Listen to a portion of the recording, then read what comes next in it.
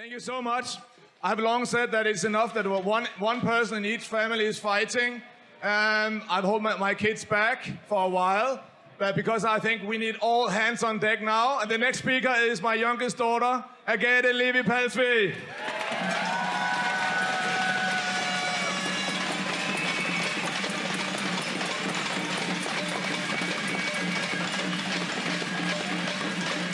Hello, Copenhagen! My name is Agathe Levi Palsvig, and I'm fighting for you.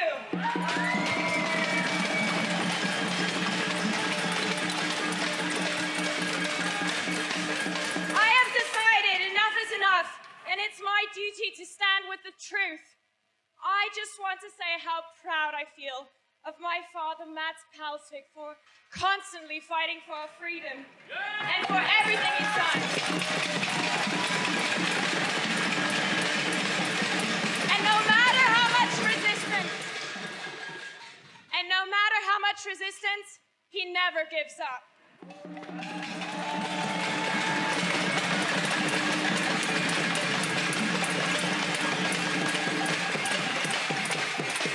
Today will go down in history as one of the greatest demonstrations for freedom.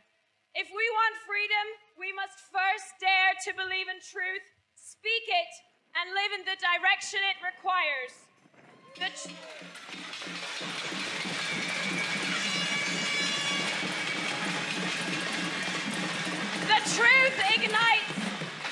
truth ignites a fire in us, along with a desire to create a better world. But if we expect to reap the blessings of freedom, we must first undergo the loneliness, the fatigues, the trials and tribulations of supporting it.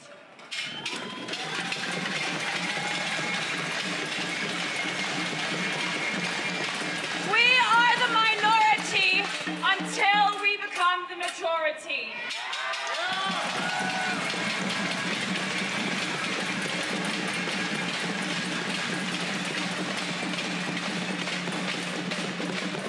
As a young adult, I'm very concerned for our future liberties. The world is moving now with a tortured tension from decade to decade towards a catastrophe.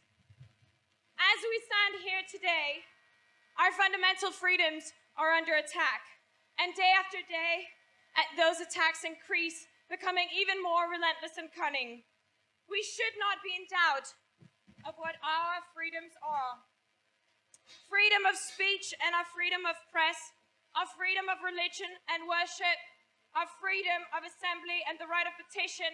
Under attack is the right of men to be secure in their homes and free from unreasonable search and seizure.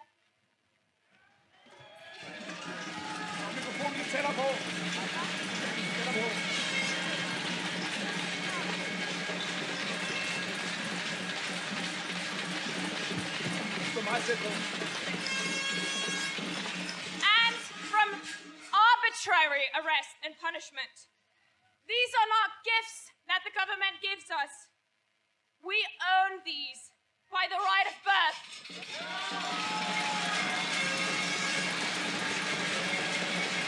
Thank you.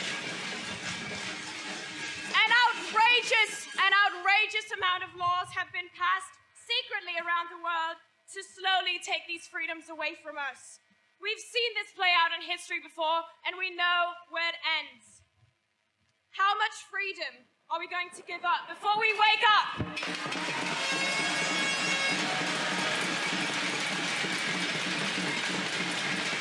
Courage!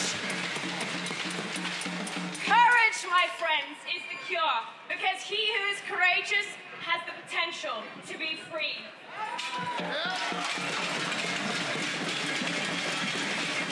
So this is my call for courage. How many here knows what a communist regime looks like, or a Marxist regime? You should do, because you're in one right now.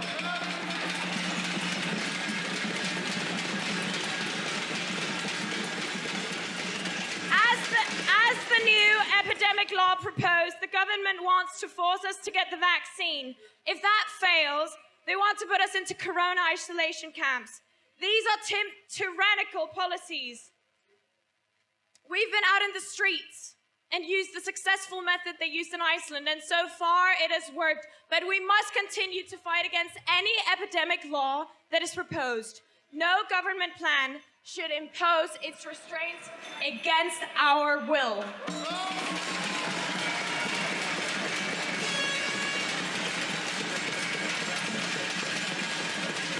Not only is the population still complying to a system that's stealing our freedom, our basic needs are also being starved under the name of COVID, a tool of manipulation and control. Human beings are hardwired for connection, and we have a fundamental need to belong. We are here to love, to connect, to learn, and to be in service. Something that is being made almost impossible for all of us to fulfill right now. A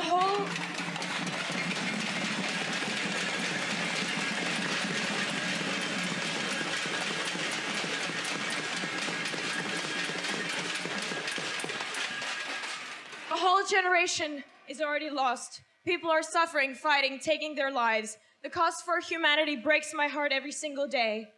My heart goes out to all the young people whose dreams are put on hold indefinitely because of this fear-based experiment in mind control. It can't be easy growing up in World War III, never realizing one's potential.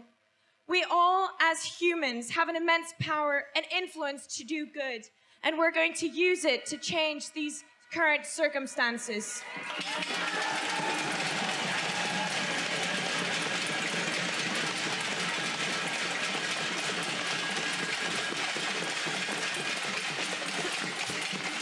Throughout my time working with children, I've seen them curious and wanting to connect with other people. And I've also seen children confused and sad when they can't. Can you imagine what it must be like to be a child today, looking at faces that don't smile, not being able to see someone's face, watching mom and dad feel scared? How many children are currently being abused and experiencing more violence? Are you prepared to put up with this? Because we aren't!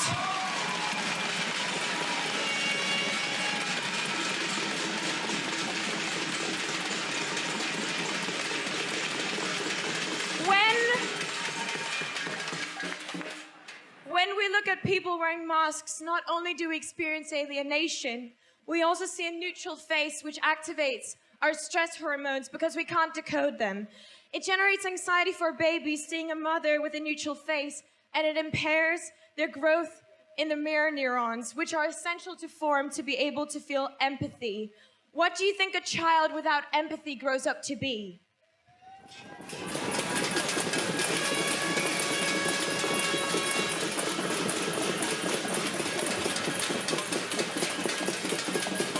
The restrictions are most concerning for our children because they, as the new generation, will learn that other people are a deadly hazard to our survival, and that they are a deadly hazard to their survival, which is a very damaging untruth.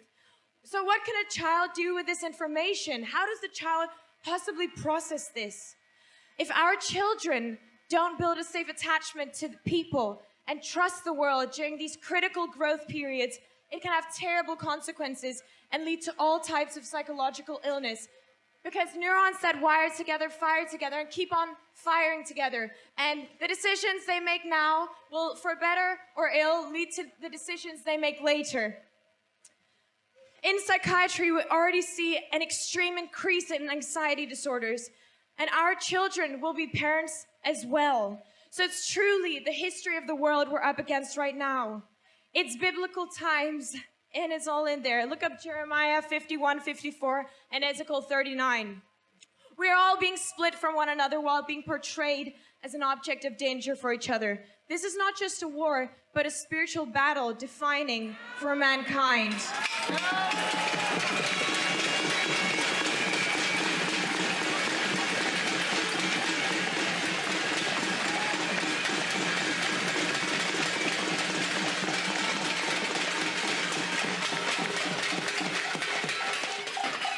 Throughout my time studying psychology, I've learned that psychopaths have what it takes to rule because they're unencumbered by moral standards, empathy, and basic human decency. They are attracted to these high positions in commerce and government. because they crave power and the accountability these positions afford them. These people can overrule other people that initially had good intentions, but when a dopamine-filled desire for power takes over, some can find themselves being part of things they never thought they would. And this is the inhumanity and the structures that we're up against right now.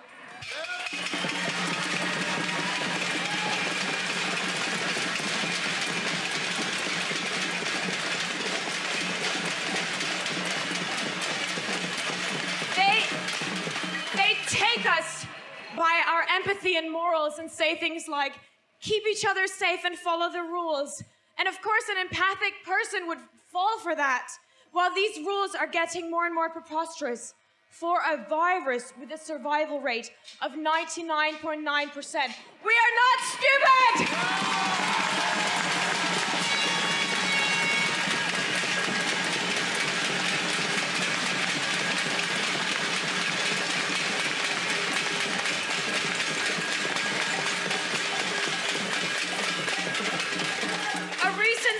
Has predicted that the estimated life years due to lockdown are more than 10 times as deadly as the pandemic itself.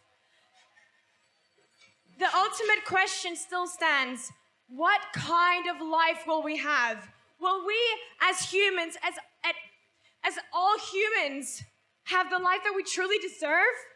A free life, a powerful life, a life full of mission and passion and purpose and love and connection.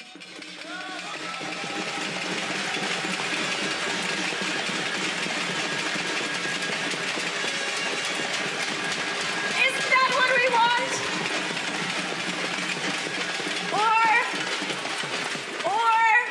Or will we settle for the life that is handed to us, a life of control, suppression, and manipulation? What they call a new normal. We cannot play Russian roulette with our future.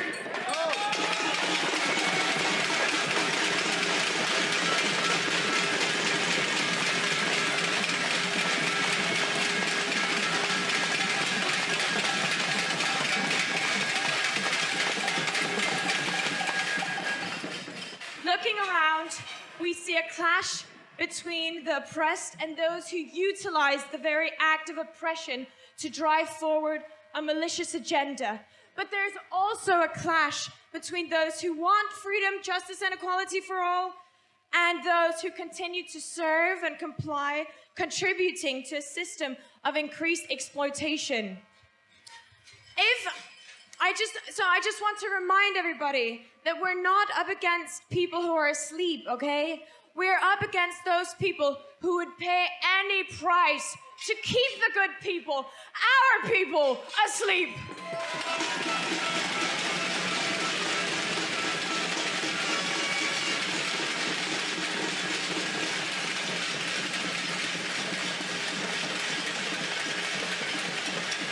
The world closes, then opens again, just to give a faint glimmer of hope. But freedom's taken, then closes again, even more freedom's taken. And so it continues.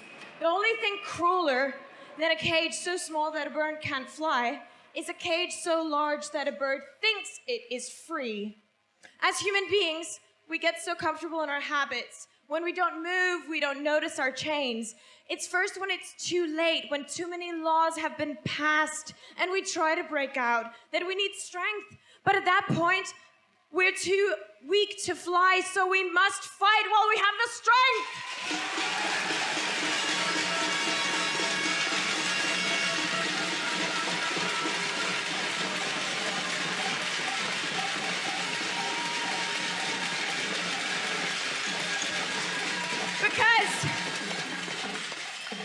Because the lies we participate in today become the future we live in tomorrow. We might be a small nation, but we are a proud nation, motivated, educated, and we Danes are compassionate for our beautiful nation and for the world. We are going to be strong together and bring about the political reform necessary to combat these attacks on our civil liberties and freedoms. JFK 21 just had a great victory fighting the first inhumane epidemic law proposed on Denmark, and we will do it again!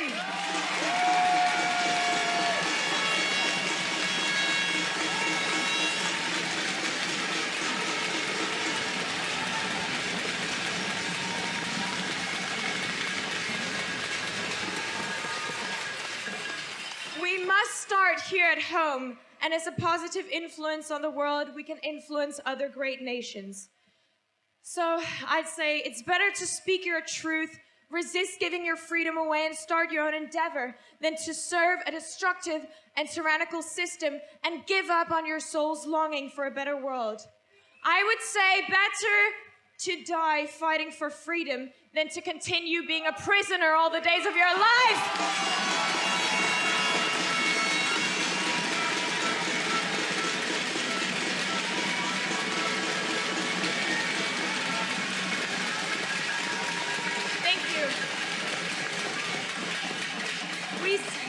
We simply cannot lose each other, for we are human and we crave humanity. We cannot allow ourselves to be separated in this inhumane way, for happiness is only real when it is shared. We must unite and stand together, not only for ourselves, but also for the future of humanity, and even more immediately, for the future of our children.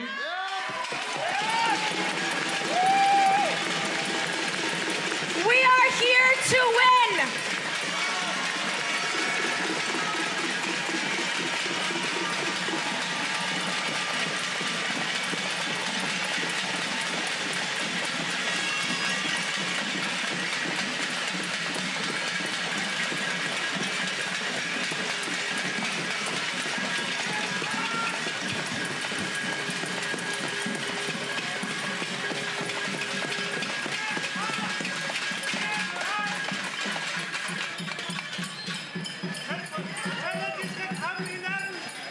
Ja, vi skal kramme hinanden. Selvfølgelig skal vi det.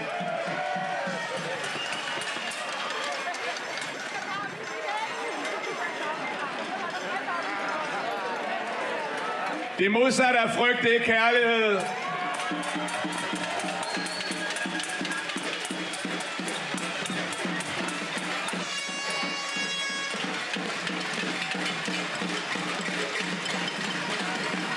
For 4 år siden lavede jeg en video lige her foran Christiansborg Slotsplads, hvor jeg kaldte de 179, der sidder derinde lidt endnu, for landsforrædere.